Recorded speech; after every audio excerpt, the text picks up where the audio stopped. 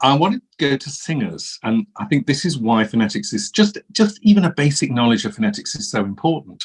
When you are singing, you are usually singing vowels slower than you speak them. Much more. Particularly important when you're singing diphthongs, because you have to identify the two vowels that you want to sing and then move between them in some way.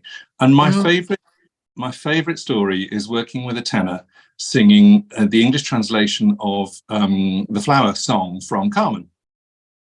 And the first time he sang it, he went, "This flower that you threw my way." And I went, "That's only one vowel." Flower is actually a triphthong. Flower has 3 sounds in it. So he then went, "This flower that you threw my way." And I went, no, that's not right either.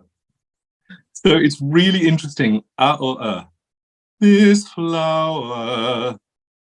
Yes. We hear the word, all of those vowels resonate, and it actually makes the legato line better. And that's in the classical world.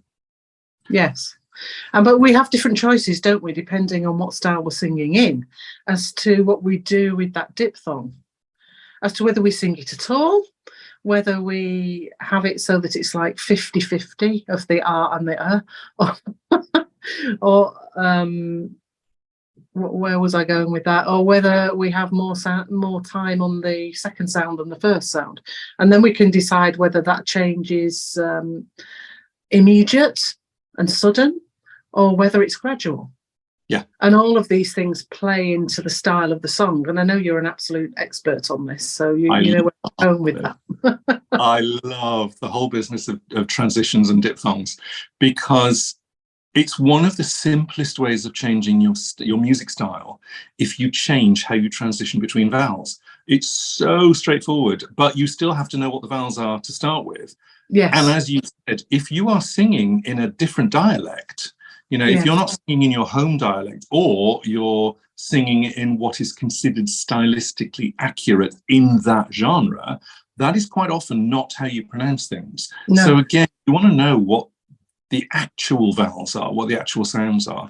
It's one of my favorite uses of phonetics is actually discovering what you're supposed to be singing. Yes, yeah.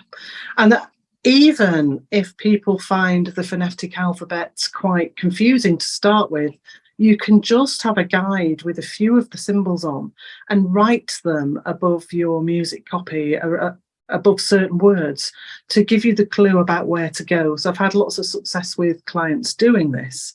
It's not necessarily important to become a complete phonetician, but it's something that you can work with your students, and that students can actually pick up.